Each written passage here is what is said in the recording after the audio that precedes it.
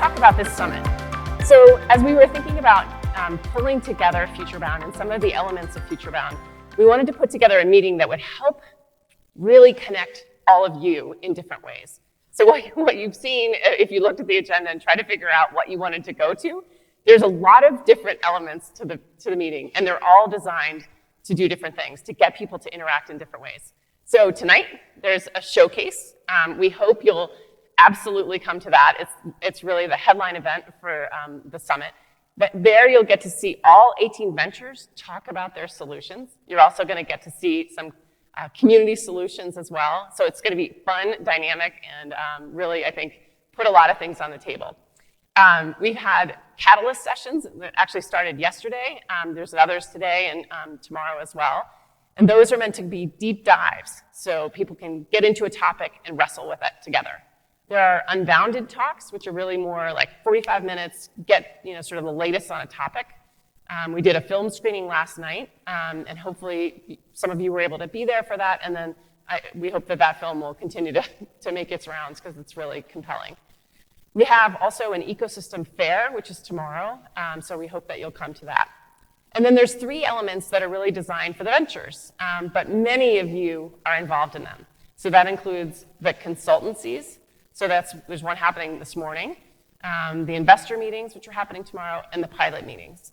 So a ton of great work is happening with all of you, the ventures, and in different ways. So we hope that you'll be able to navigate all of the logistics of all of this. We are also in 4 different locations. So hopefully you know where you're headed for some of these different meetings. We're obviously here for the kickoff today. We'll also be here for the showcase tonight. We also thank Clayton Early Learning, who's going to be hosting us for all day tomorrow out at their campus. We've got the Colorado Education Initiative that has hosted the consultancies as well, and then some sessions are going to be at our office at GCI. So look at your agenda, think about the kinds of interactions you want to be having, but really take advantage of all of this. So that's a little bit about what we've got in store for you. I also wanted to make sure you knew about sort of the other part of the showcase, which is really the Futurebound Acceleration Lab. So one of the things we really wanted to do was to really be able to support a set of ventures in this first year. And one of the best ways to do that really was to work with a partner like Uncharted and be able to launch an acceleration lab that would connect ventures to this emerging Futurebound ecosystem. So there are 18 ventures that were selected, and that process started back in June when we released the application process. We did rounds of interviews, we did due diligence, and then selected this first 18. And what you'll see as you look at the program, that these 18 ventures represent all kinds of solutions. They are early education and prenatal care, they are products, they are social emotional development, all kinds of things. So we think they represent a good range of different kinds of solutions that we need to be considering. We have ventures that are from Colorado. We have ventures from out of the state and even out of the country, like Keynote. We also have ventures who are sort of moving into a different stage for themselves, like Early Wins. So you're going to see a lot of different kinds of solutions, organizations, entities, and different stages of their solution. So we hope you'll interact with them. And if you see a green badge, that's a venture. That person's a venture. So make sure you go up and introduce yourself to them. So I want to really thank the team from Uncharted. They have done a tremendous job of supporting the ventures, of guiding that acceleration lab process through to the summit today. But then that's not the only thing that's going to happen. They will support the ventures through May. So there'll be lots of different opportunities for Futurebound ecosystem members to engage with them, but also tailored supports for the ventures as well. The other thing is we know that many of you are also innovators and venture creators, whether you are a nonprofit, a for-profit, in government, at a university, and we want Futurebound to be supporting you as well.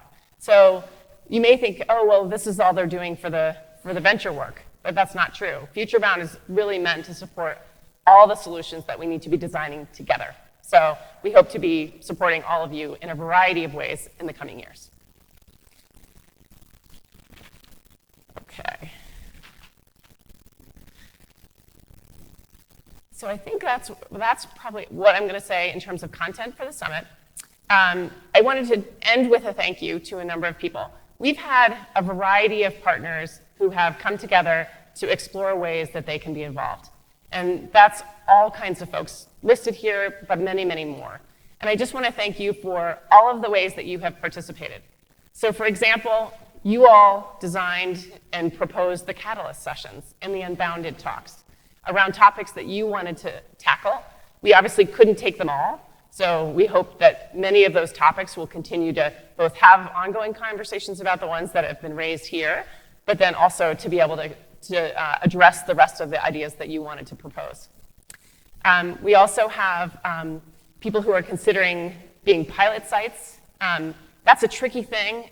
It's a delicate balance and really a lot of chemistry that happens to make a venture and a pilot site work. So we thank all of the folks who are considering that now. We also thank CEI, who is launching a pilot initiative as well. So we really hope to make that a very robust part of Futurebound. But we're going to have to do that with you and very carefully.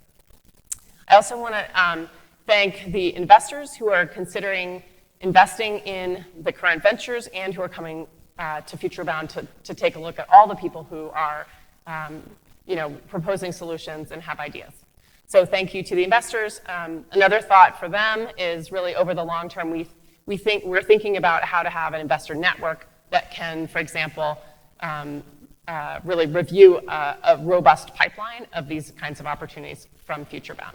So that we hope is going to be a long-standing network as well. And then I wanted to just acknowledge a few national partners who are either here now or who are going to be joining us sometime later today. So obviously I mentioned Promise Venture Studio, so Matt and Gabe are here, and many of you have already been in a session with them. So there's Gabe, and I don't see Matt, but I'm sure he's, oh, there we go. And there's Matt, so they're right there. We also have the Center on the Developing Child, and Corey Zimmerman's here, and has been leading sessions, and I think has a few more to lead coming up. We have Learn Capital, we have Reach Capital, Omidyar Network, the Buffett Early Childhood Fund, the Early Learning Lab, Spring Point, and New Schools Venture Fund, who are with us for the next couple of days. And I think I've thanked Uncharted and Clayton Early Learning and CEI for hosting, and then the last couple of thanks I wanted to give are to the GCI team. That includes Kate, who's done a tremendous job of helping to support these events, to Christina, our impact manager, to Keller Ann, and to Maddie Galler, and then to Jim and Sarah and others that are back at the office who have been supporting this work as well. So a big thank you to our team. So I'm going to wrap it up there and just, again, welcome you all. This is really meant to be an interactive opportunity for folks, and we hope that you'll take advantage of every bit of it. And we will, we'll be challenging you with getting from one place to another and being able to keep up with all the events. But we hope you enjoy the opportunity, and we look forward to working with you. So I'm going to turn it over now to Sarabeth Berk, who is the director of Futurebound, and she's going to take it away from here and talk a little bit more about what an innovation ecosystem can do. And then we have a very special guest speaker as well. So thank you. Look forward to seeing you. Thanks, Steph. That's great. Good morning. Oh my gosh. Welcome, everybody, to the Futurebound Summit Kickoff. I want to get things started by letting you all get to know each other better, because this is about building relationships. So can you take a minute and turn to the people sitting beside you and just introduce yourself and say hello?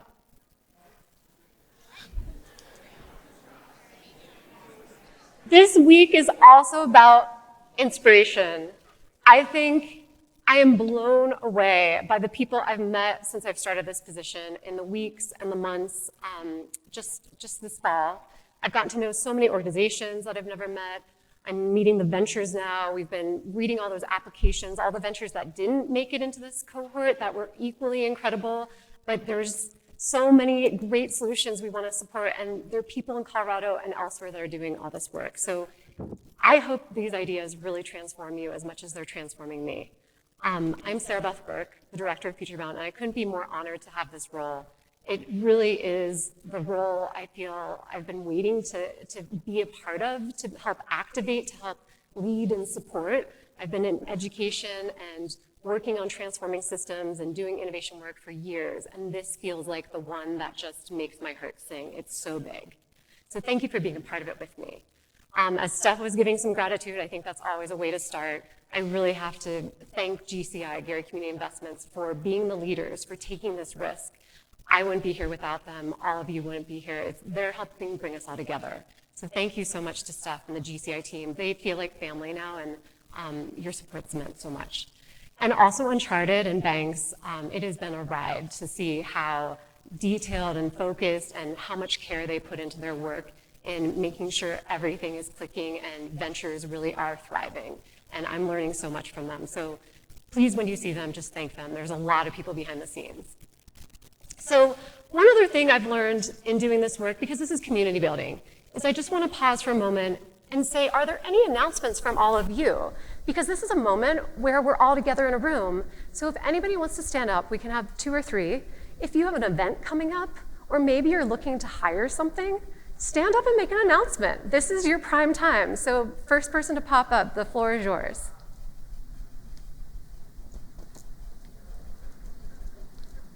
No announcements. I stole this trick from Silicon Flatirons, and it really was interesting to just sort of see how the community would sort of pop up with things. So we'll practice this with Futurebound. It's a little new to you. So let me get started. What a journey. So I want to start with a story, and it has to do with an experience I had just last week. I've been having all kinds of people reach out to me and invite me to things and want to meet with me, and I'm learning right now. I'm on the learning journey because I'm new to the world of early childhood. I've been doing a lot of systems building, but there are so many people in the work that my job is to see what's out there, and as Steph was saying, to start building connections. So I was invited to this place called Kid Street, and Kid Street was an organization I'd never heard of before. They're a program of the Children's Hospital, and they're actually located on the campus of Clayton Early Learning. So I went over there, and they gave me a tour. And so what Kid Street focuses on are children ages 0 to 4, 0 to 3, with high, complex medical conditions and needs. These are children that typically would need to stay in the hospital and have a lot of supports. They need nursing full-time. They need a lot of therapy. These children just can't be in regular programs. So for the parents of these children, they're constantly going to appointments. They're trying to find the right caretakers, providers, and set up all these systems. It's a lot of stress and a lot of work. And Kid Street alleviates that. They bring in all the medical care and all the therapeutic care. It's a beautiful place. So I'm walking around, and they're telling me what's going on. They're like, so we hired this one staff member because we needed someone to bring in more education. We realized some early childhood education would help support the development and socialization of these children. But we didn't know what that role was, and so she's been figuring it out as we go. And I was like, that's great. You know, they're doing childcare providing and now bringing in an education component, and the tour keeps going. And they're telling me about the feeding tubes. Most of these children have feeding tubes still, and that's just part of their medical care. And a lot of other childcare providers get nervous or unsure. They just feel scared of how to support young children if they have a feeding tube. So, you know, Kid Street is providing that, but they know they can train others to do that as well. I was like, that's interesting. Okay, that's good to know. And then I learned, you know, Kid Street used to be a licensed childcare facility, but they don't have that distinction anymore because it was so cumbersome with the paperwork and the policies to stay up to date, and they needed waivers because they're a different kind of facility, and they just couldn't get there. It was just taking too much time, so they didn't renew their licensure. But at the same time, they're completely compliant with all the regulations of a hospital, which probably is pretty high level and makes them fit most of the childcare requirements anyway. I was like, that's interesting. They're facing this policy barrier. And I keep going on the tour, and they start telling me they have a fellow that's working there. I think she's one of the nurses. And she's also working on another degree, and so she's doing a research project right now to help understand the impact of Kid Street. Because Kid Street is almost a one-of-a-kind program. There aren't really many in the country. They couldn't even tell me who else does what they do. And they're like, we're trying to study our impact. And so here's this fellow trying to put together a research study And I was like, wow, there's a whole research component of what they're doing so we can understand why this model is helping these children develop in ways that without these services, they might not get to that same point as quickly. And I kept walking around, I kept learning so much. They're about to move into a new facility. It's at Children's Hospital, and they have this new playground that's being designed for them, and they're so excited because a lot of their children are in wheelchairs and need certain mobility things. And so the new sidewalks will have different textures in them, and the sand is at a medical grade, and it's just a state-of-the-art, accessible playground. They're like, we learned so much in designing this playground, we could teach other communities and other schools how to do playgrounds designed for kids like this and make it accessible for all kids, very inclusive. I was like, that's super cool. What a great expertise they bring. And then one of the last points that really hit me, they were like, so we looked at the Futurebound Ventures, and we're so excited to come to Futurebound next week. And that Bright by Text group, we'd love to meet with them. And you know what the irony is? Do you know who else is on Clayton Early Learning's campus? Bright by Text is right outside their door. And making these connections just hasn't happened yet. So I use this story to illustrate the power of Futurebound, because Kid Street is one of many diamonds in the rough, these stories that exist across Colorado and that are in this room, sitting in front of all of us right now. But we don't know each other. We are in our worlds, we're in our bubbles. We have services that we are excelling at. Kid Street is dominating in ways and learning things that other people could learn from that expertise. How do we start sharing that knowledge better? How do we get Bright by Text, who is literally their next door neighbor, coming next door to talk to them and work? They also need more support with early childhood education, professional development for their staff. How can all of you come in and bring that? The possibilities between interconnection is endless, and I think that's just one of many.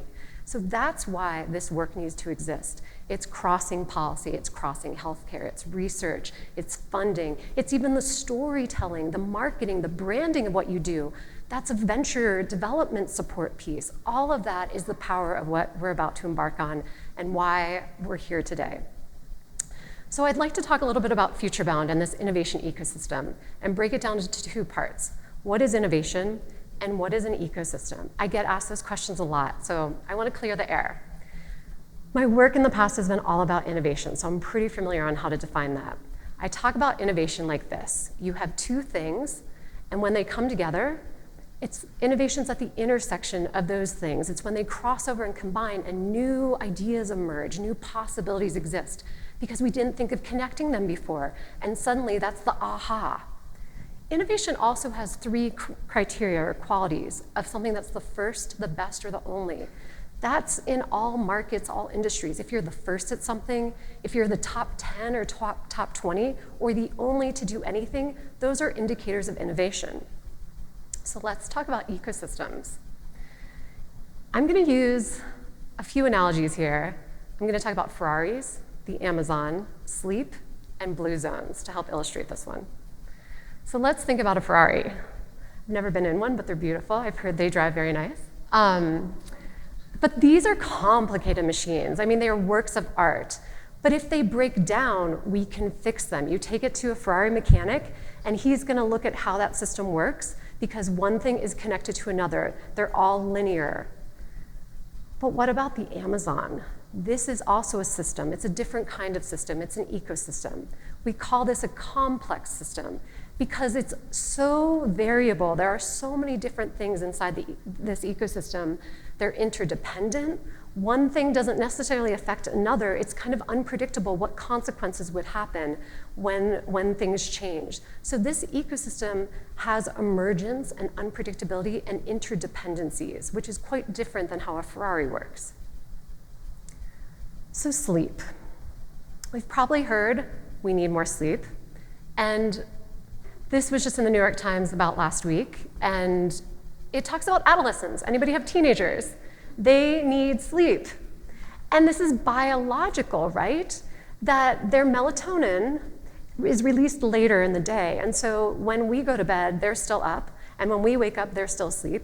It's just how they're designed at that stage of life. So the simple idea would be, if teenagers need more sleep and if they're on a different schedule, well, why doesn't the school day start later? We should just change the school day. But it's not a Ferrari-type problem. It's not one thing affects the other, because sleep and changing schedules is about systems. It's more of the Amazon problem. If we change the school schedule, we're changing bus schedules. And if we change bus schedules, we're changing traffic patterns. If we change traffic patterns, we're changing work habits. We're affecting employers and employees. There's a cascade of things that are going to start being affected just with the sleep schedule of a teenager based on how society is currently functioning. Not to say we can't do it. These are solvable problems, but it's interconnected and there's interdependency that we have to think about and manage. So Futurebound has this focus on child development and changing the lives of children so they thrive and grow into healthy, high-functioning adults. Who else has done something like that before? That's a tall order. And I get asked that question, well, has anyone tried this? So I'm gonna give an analogy of this project called Blue Zones. So the Blue Zone project was trying to understand, how do adults live longer and healthier lives? How do we understand the qualities that adults need to thrive? And these researchers with National Geographic found 5 locations in the world, in California, Costa Rica, Greece, Japan, and Italy. And they studied these populations because they were the longest living, not because of genetic or biological things. It was about the conditions of the communities. And they came up with 9 drivers, 9 things that were really supporting the ability for these adults to thrive. And so it was things like moving naturally, being able to walk and be outside, feeling like you belong in your community, having a sense of family, managing your stress, even having wine and that social time. Those were all factors that influenced these long-living communities. So these become tools and goals that then other communities, like here in Denver, we could create policies, we could create businesses, we could create training programs that help us achieve these to build healthier communities too for adults. So that's where Futurebound comes in. Right now, this is Futurebound. I think of it as an ecological system. Futurebound exists. All of you are here. You've been here and operating for years and decades. It's not like we just said suddenly we're creating all of you. But what we did is put a label on it. We're calling this thing Futurebound. And the way I imagine it is like this. Success in Futurebound is when everybody gets what they need, when they need it, to the degree they need. It's an issue of navigation and wayfinding and awareness. So if the soil over there was dry, how do we get more water to it? And does it need a lot of water? No, because it's gonna oversaturate the soil.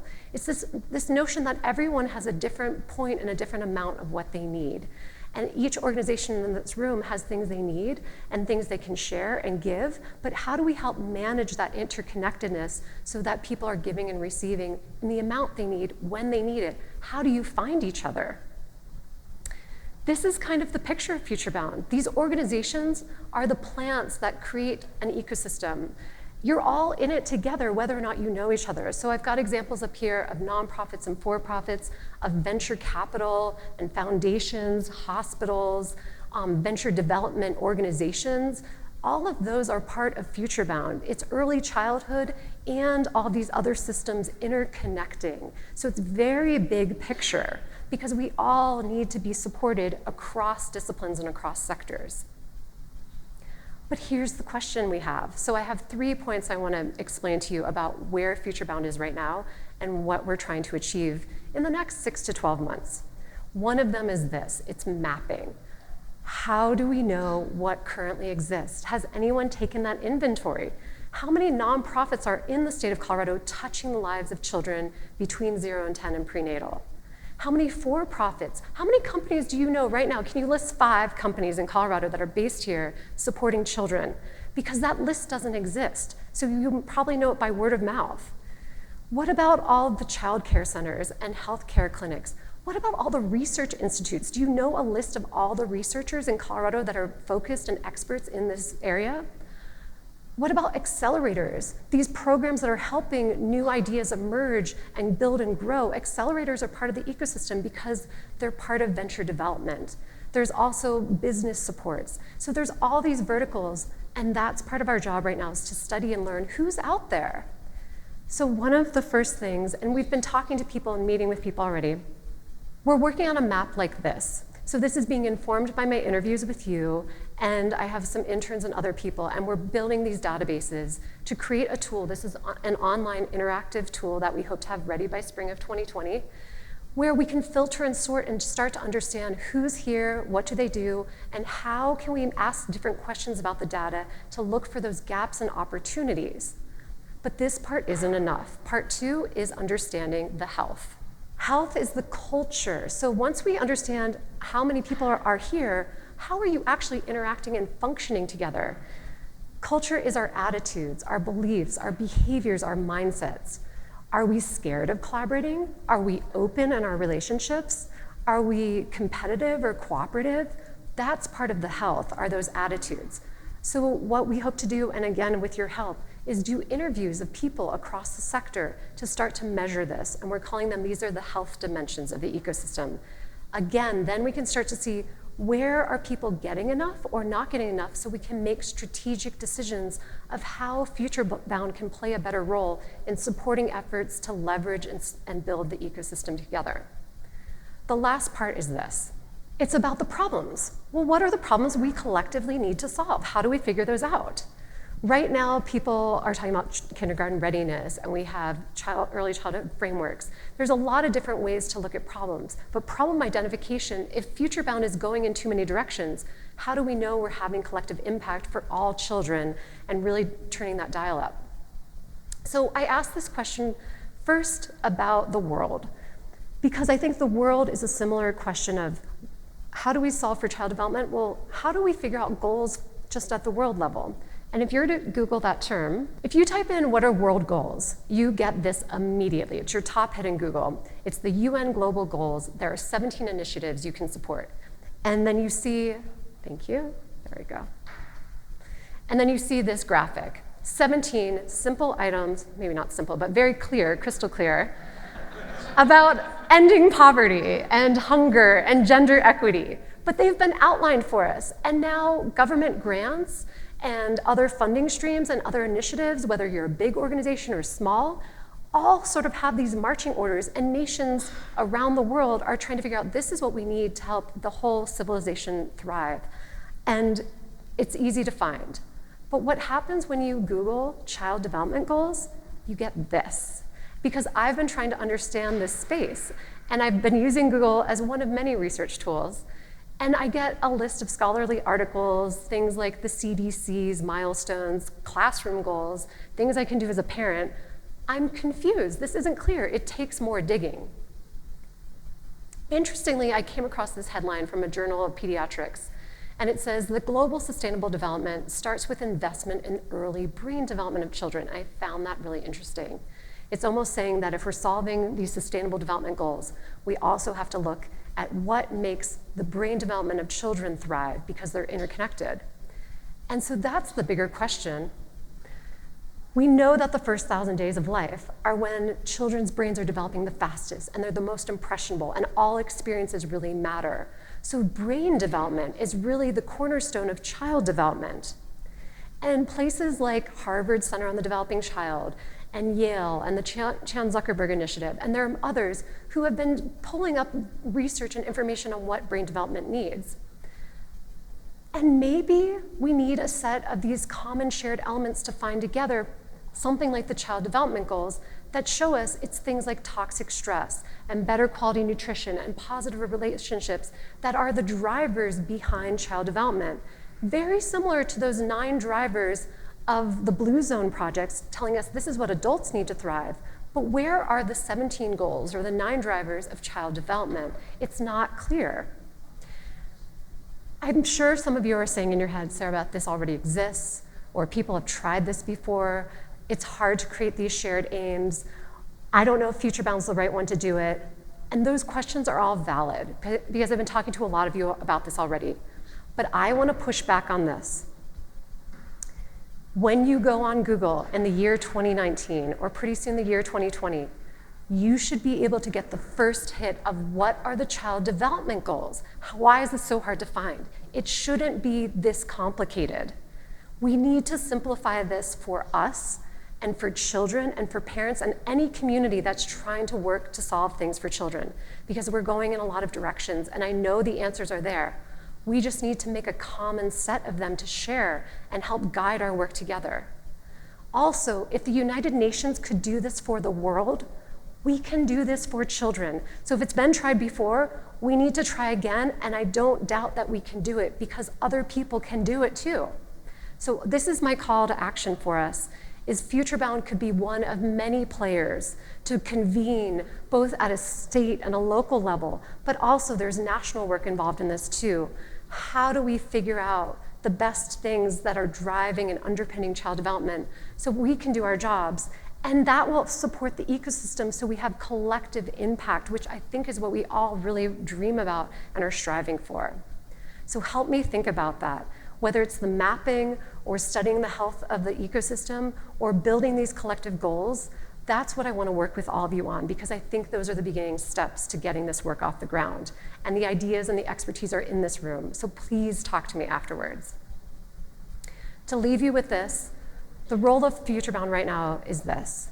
We are catalyzing. Obviously, we're bringing people together and we are building bridges that don't exist yet.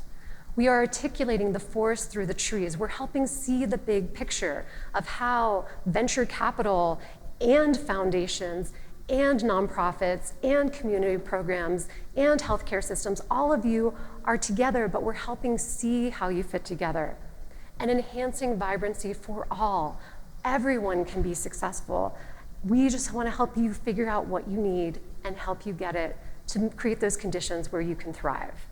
Those are some of my visions and dreams for Futurebound today, and I can't wait to lead with you because this is all co-created, co-designed.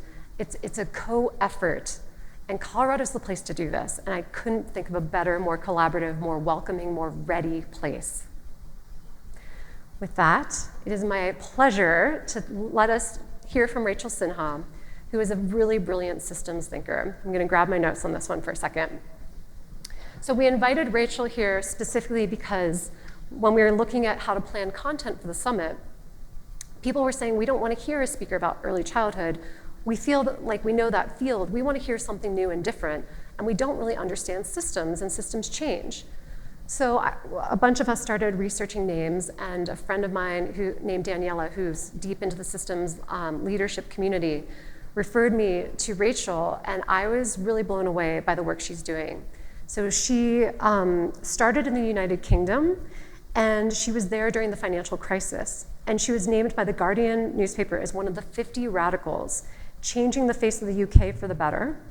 She at that time co-founded and co-led the Finance Innovation Lab and was named a semi-finalist in the Buckminster Fuller Award for Socially Responsible Designs, which is Socially Responsible Design's highest award for bringing people together.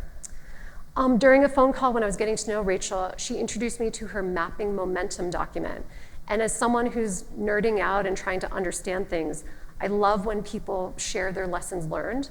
And so in her document, she has this beautiful infinity symbol of how systems are built and generated and the roles people play in it. And I think she's going to explain that a little bit to us.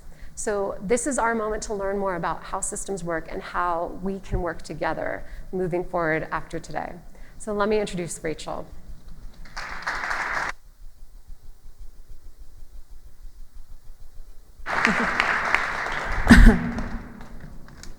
Thank you very much. So that all sounded very impressive, my introduction, but I'm going to tell you the kind of guts and all story of how the Finance Innovation Lab really went down, and the non-linear journey I took to creating an ecosystem for positive change. This is me, I am Rachel. So the ecosystem I started with my co-founders, Jen, Charlotte, and Richard, we launched about 10 years ago to the day. We were in the middle of what we now know was one of the biggest financial crises we'd ever seen since the Great Depression. And the news was full of graphs with red arrows pointing downwards and people's homes being foreclosed, people leaving high-rise blocks with boxes of their belongings. I was working as a sustainability manager at the Institute of Chartered Accountants in London. And we joined forces with WWF, the World Wildlife Foundation, to host what we thought was a one-off event that was asking the question, how might we create a financial system that genuinely serves people and planet? So on the day of our event, it was hosted in a big Victorian stone building in the heart of the City of London. It's called Chartered Accountants Hall, and on the walls are kind of paintings of all the founding fathers of the accounting profession looking down on us. And we opened the great big doors to the great hall where we're hosting the event that were as tall as the building itself. And in streamed our two groups of stakeholders. So from the WWF side, there were members of the clergy, environmental activists, economic justice campaigners, economists who believed in putting the environment first. And on the accountancy side, we had people who were working in corporate social responsibility, who were working on social responsible investment, investors, bankers, private equity people, accountants, blah, blah, blah. We all came into this big room and we hosted that day an event that really created the conditions for them to have a conversation together. If I'm really honest with myself, we didn't really know what we were doing, and we certainly didn't know each other. So as a core team, we were shaky, and it showed. But what we had done was we had created the space for these very diverse people to come together in that moment of crisis and have a conversation about something they cared deeply about. And it was very clear to us from that day forward that this was a conversation that needed to continue. And so what we did over the next 8 years was we convened this diverse group of people in different ways. So we started to host events on a regular basis where they came together and they had conversations and they told us what needed to change in the system. And what was really cool is over that period of time, we started to see that there were these groups of people who wanted to change things in the same way. So for example, we had the impact investors who had their little community and they all went to the same conferences and wore the same clothes and did the same stuff. And then we had the kind of, the sharing economy people who were all into couch surfing, and this was before Uber, so they were all into, let's share clothes, let's share tools in our local community and step out of the existing system. We had the alternative currency people who were kind of quite hippie as well, and we're doing things like creating the Brixton pound in London, where they tried to regenerate the local community by creating these currencies. All the mainstream people at the event were like, well, that's a rubbish idea, it's never going to work. But I imagine it was them that were kind of scrabbling to invest in Bitcoin 10 years later. Which for me just showed how these things that are kind of outlier ideas that people look at and think aren't going to work, it changed. The system changed while we were watching it over that period of time. When the lab itself grew in prominence, and we did things like, we found people who were working for think tanks and were trying to work on policy change in NGOs, and they were kind of all trying to lobby parliamentarians and policymakers at that time to say, well, this needs to change and this needs to change, and I want to have coffee with you and tell you why this needs to change. And we were like, you're competing for airtime. So we got them together and we got them to collaborate and we got them to sign up to 10 things that they needed to change in the system that came from them, not from us. We gathered that together, we got all of their brands in one place, and we went out and policy changed as a result. We brought together people who were economic justice campaigners. They were like post-Occupy Wall Street, young, in their 20s, full of energy. They were representing people who'd been underserved by the current system, people with disabilities, people from minorities, feminists, etc. And we taught them about how to campaign in a more systemic way, how they might collaborate. We built their leadership skills for change. We worked with people like PwC and really big businesses to look at, when you cut down a tree, what's the actual cost of doing that? You can have the price of that commodity, but what about the impact that it has on water and the local communities, etc. And that program, the Natural Capital Coalition, is now funded by the World Bank and is set up as a completely different organisation that's flourished. So while this was happening, there was many of these stories, and I could tell you more of success, but there were also many things that flopped. There were many groups we convened that went nowhere. There were things that sounded really promising but didn't happen. But generally, over that period of time, we've got better and better at listening to people, as adapting as the field of practice changed itself. And we built the organisation to a point where it span out and became an independent charity, which it is now, run by the amazing Anna Laycock in London and her team. So at which point I left the finance lab and went through a whole devastation, sadness, leaving my baby behind. I started to look at who else was doing this work, because what I'd found is that we'd created this amazing sense of community in our group, but as somebody who's running this project, I was like, who else is doing this? I really didn't feel any community myself. And I subsequently moved to the US and interviewed through different projects people in the UK, US and Canada. And from doing that, I wrote this publication with a founder, with a friend of mine called Tim Drayman, called Mapping Momentum that Sarabeth mentioned. So just ignore the pictures for a minute. The model itself is called the eco-cycle, and it can be used for many things. It really talks about the birth and death of natural systems. So if you look at the top left and you imagine in a natural system seeds, there are many seeds cast on the floor. Some of them grow and some of them don't. They need support in order to germinate. In the growth phase, which is the bottom left, imagine a big pink flower growing in the sunshine with butterflies and bees buzzing around it. It takes a lot of energy. It's very attractive. There's lots of busyness around it. That's what happens in the growth phase. In the conservation, imagine an old and beautiful green forest. Things need to be maintained, but generally it starts to maintain itself. And then the kind of difficult one that people don't like to look at very often, especially when we're talking about innovation, is creative destruction. What needs to die in an ecosystem so that new things can grow? We see in natural systems, wildfires, when they're not caused by climate change, are a very important part of maintaining a forest because they create the space for new seeds to grow. And that is an important part of an ecosystem project. So I'm just going to talk you through what these different roles are that people play when they're building positive ecosystems for positive change. So in the germination phase, you have what I call a fire starter. So these are people who might have amazing ideas about how to change something. So often they come from places of deep lived experience. They're on the front lines. They're doing the work anyway. They know in their bones what needs to change. But these people are quite often not very well connected to the places of power and money and authority. So an ecosystem project is about finding those people and supporting them in different ways. You might get people from the mainstream who also have good ideas, but they need to connect with others in order to get their stuff off the ground. In the growth phase, you have people who are actually running these new experiments. So these people are head down, they're working really hard, they're burnt out, they're working really hard to get their projects off the ground to grow.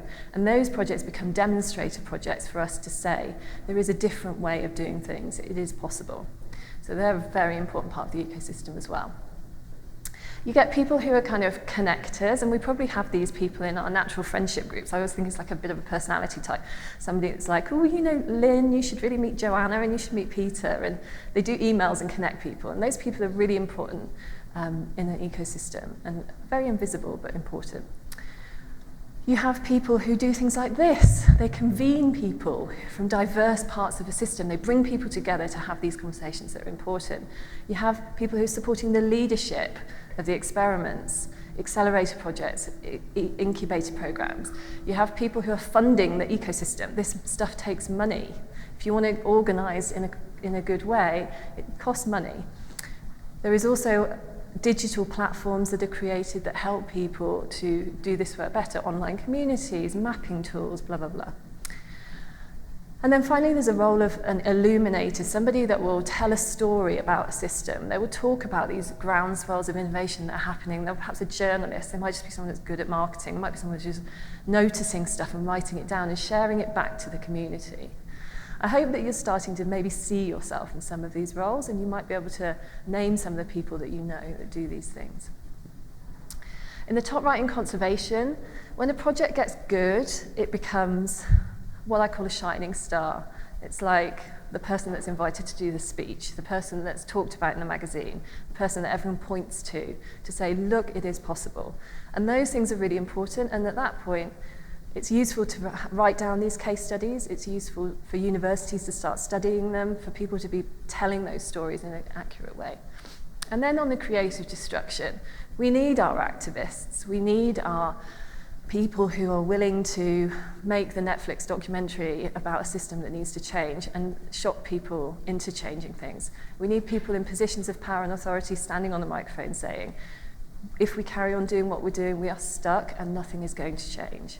We need people to disrupt, and we need people to stop funding things sometimes if they are getting in the way of creating real change. So the work that I'm doing today with my co-founder Tatiana is I work with people who are trying to create these ecosystems from all over the world.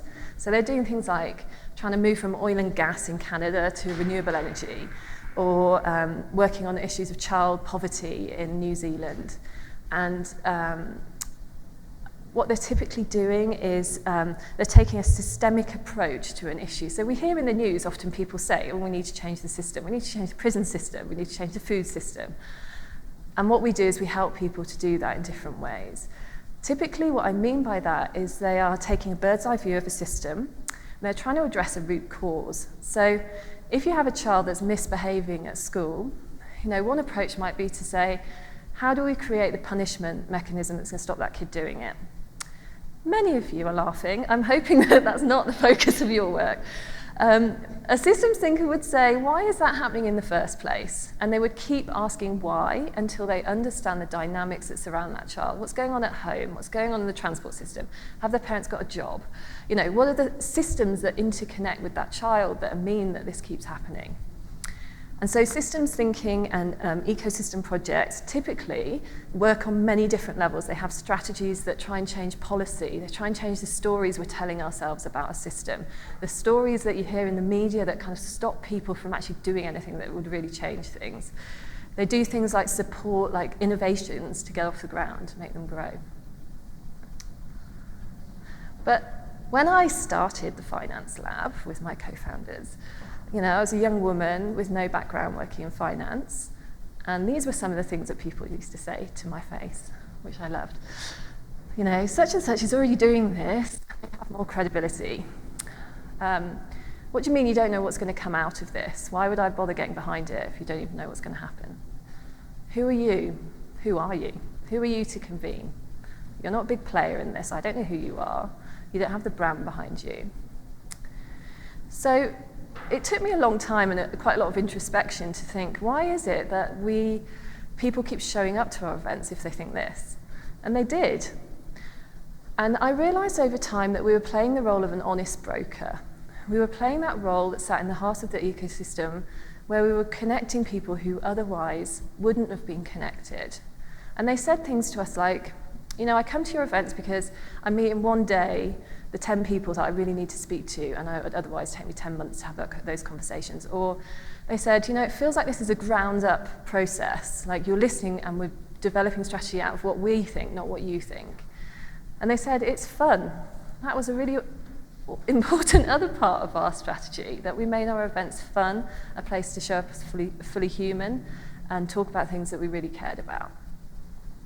And if I'd have been discouraged by those people who said those things to me then these wonderful moments in my life and the lives of the people there would never have happened. These are photos from the Finance Innovation Lab over a period of 10 years. So here we sit today at the start of a new ecosystem project, Futurebound.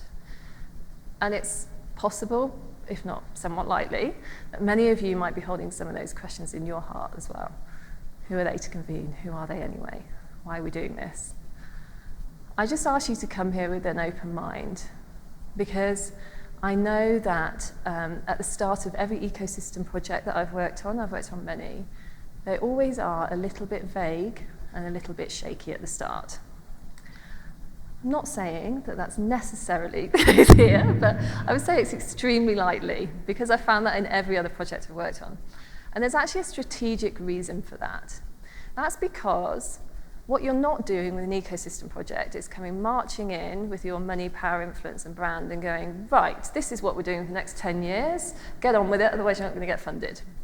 What they're saying is, let's create this space, bring together diverse players, listen deeply to what you know needs to change, and we will support you to do things better in the way that you think would be helpful.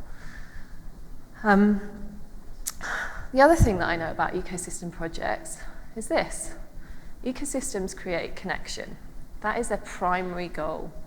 They create connection between people who often come from quite marginalized spaces, who are doing the hard graft of trying to do this work and are not being listened to, and they create this space for people to have a voice.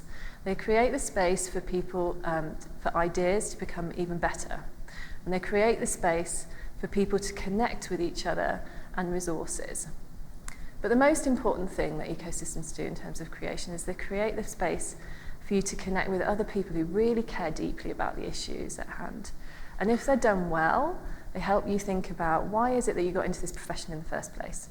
Let's face it, these ecosystems we work on usually are not the best paid job you could ever do. People do this work because they care deeply. And a good ecosystem project gets to the root of that as well.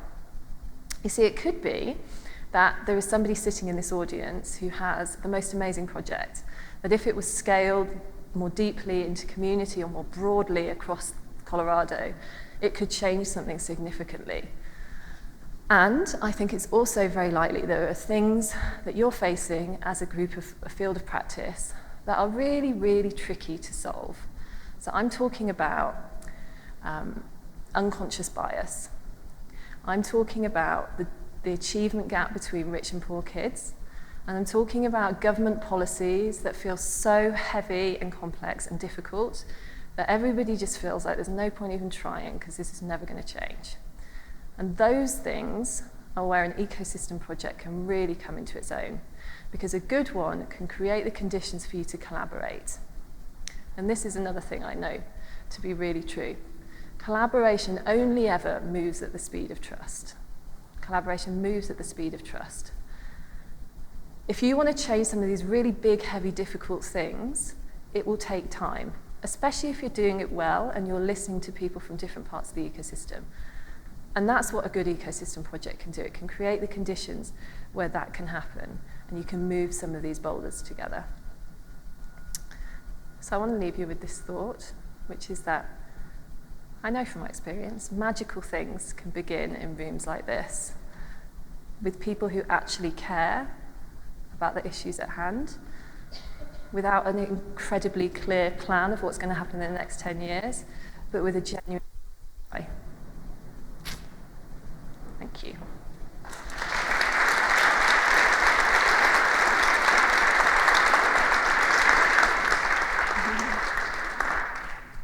I love ending on magic. I think that's a great tone for the room. We wanted to just do a quick Q&A with Rachel since we have her expertise, so Steph is joining me. And then we're going to turn it back and wrap up the session. Rachel and I were talking earlier about theories of change. That's a tool many of us use. We put it into play to understand how what we're doing will affect some outcome. But can you explain a little bit how a theory of change is different in an ecosystem movement than it is just typically when we're applying them? Yeah, well, because when you're working in a systemic way, you realize that everything is interconnected. The concept that you can have a linear change goes out the window.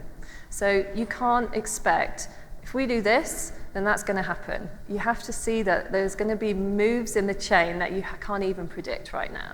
And so really we look at things like, what kind of relationships need to be in play that might push us in the right direction of a change?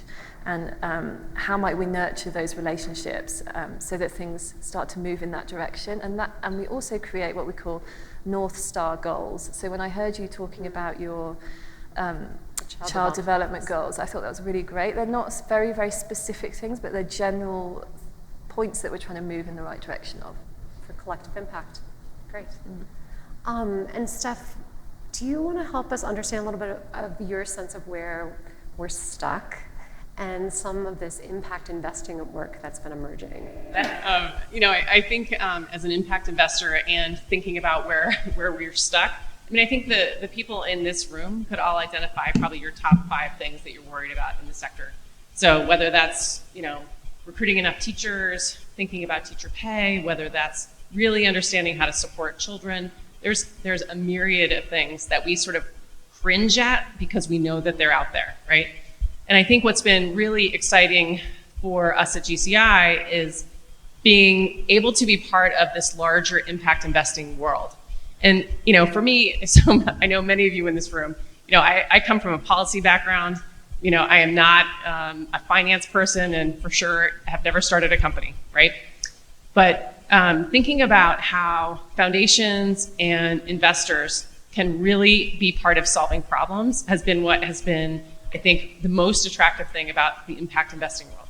These are people with real financial capital who are really looking to invest in ways that are solving real problems. And so all of the ideas and solutions that we want to see happen need to just be put out into the ecosystem for people to solve. And I think there's plenty of capital out there. We just need to pull it together. So.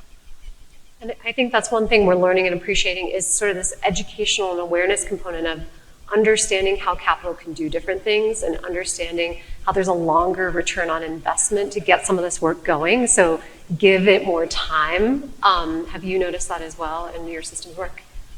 That things take a long time. Yes. Definitely. How long does it take to build a system like this? I don't know. Well, I mean, the thing is that you're creating the conditions, aren't Yes. you? And really, I mean, fundamentally, what I think the work is about is reorganizing relationships within a system. And how long does it take to build strong relationships? I don't know. We all have relationships in our home and work life, so we know those things. It takes a long time. I've been told a rule of thumb is like a decade, that after 10 years, you really do start to see the seeds that are planted now really look different in about a decade. Mm-hmm. Have you noticed anything I like mean, that? our project's 10 years old, yeah. Yeah, So okay. definitely. It looks And a lot more professional now than it did at the That's start. also, like when a company IPOs, it's about a decade. So, I mean, there's sort of this, like, give these things time, it will emerge. Do you have any other thoughts? Want to jump in? Well, I would just say that when we were exploring what an innovation ecosystem platform could do, we heard the same thing, which is don't think it's going to happen overnight. Although I know many of you in the room are so ready to just get stuff to happen. So I think there's an impatience among many of us. But I think really thinking about sort of the long term is what it's going to take. There will be successes along the way. There will be like aha moments where we went the wrong direction. I mean, there's going to be a lot along the way. Thank you both. Such a great honor to have you here today. Thank you, Rachel. Thanks, Thank you. There we go. I'm going to wrap us up. So a couple interesting tools. This week, again, is about building connection. We are using an online tool to help us do that. It's called Brella. If you open the inside cover of your program, we have some floating around if you didn't grab one yet. It gives some instructions. It's called Brella.io, and the code is Join Futurebound. There's an app. So this is how it works if you haven't played with it yet, because I think a little education will just kick you off. There's a spot on it that says you can search, and then there's a section of expertise and skills, and you can click on something. So if you're looking for people that understand policy or understand healthcare, click on it. And then there's a spot that will say, are you seeking that or offering it or both? And watch what happens. We're going to do a little magic trick and see if this works. I know Delon is in the room. Is Michael here? Because this is a connection that Brella said should be made. There's Michael. Stand up. Where's Delon? You two need to talk. Yes, Brella magic. Because he has healthcare knowledge, Delon seeking it. Boom. You two talk later. Jennifer, I know, is in the room. And is Vera here? Is Vera in the room? Maybe in the back? You two need to talk. So she knows policy and she needs policy. Boom. Can you imagine how many more connections we could make? I think this is going to be really fun. So do a little bit of that later, play with it, because you won't all be in the room together, but you can find each other through the app. The other thing we wanted to stimulate this week, again, creating conditions to change behaviors, which changes trust and relationships and all these things, is collaboration. And we want to give some money to help support new collaboration this week. So the more people you meet and the more new people from different backgrounds, the better. And you have up to 2 weeks to apply. There's information in the program to figure out what you want to do with these people. It could be we're going to go do a training workshop together. We're going to go have a lunch thing together. But we'll give you a Visa gift card. We're going to do up to 10, but you have to apply and tell us what you want to do. So that's a pretty exciting way to get some new collisions and collaborations sparked. I want to end with a fun little networking thing to get us off on the right foot.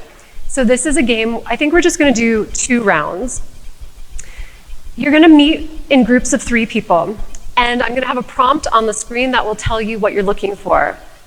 The goal is just to introduce yourselves and to share business cards and to be like, hi, what's your name? What do you do? So look under your chair. There is a symbol in front of your chair, and that is your symbol for the game. Just pull it off. And I'm gonna give you the first instruction. You're just trying to make patterns based on your shape and your color. So the first instruction is to stand up and find other people with the same shape. In a group of 3, find 2 other people that have the same shape as you and introduce yourself.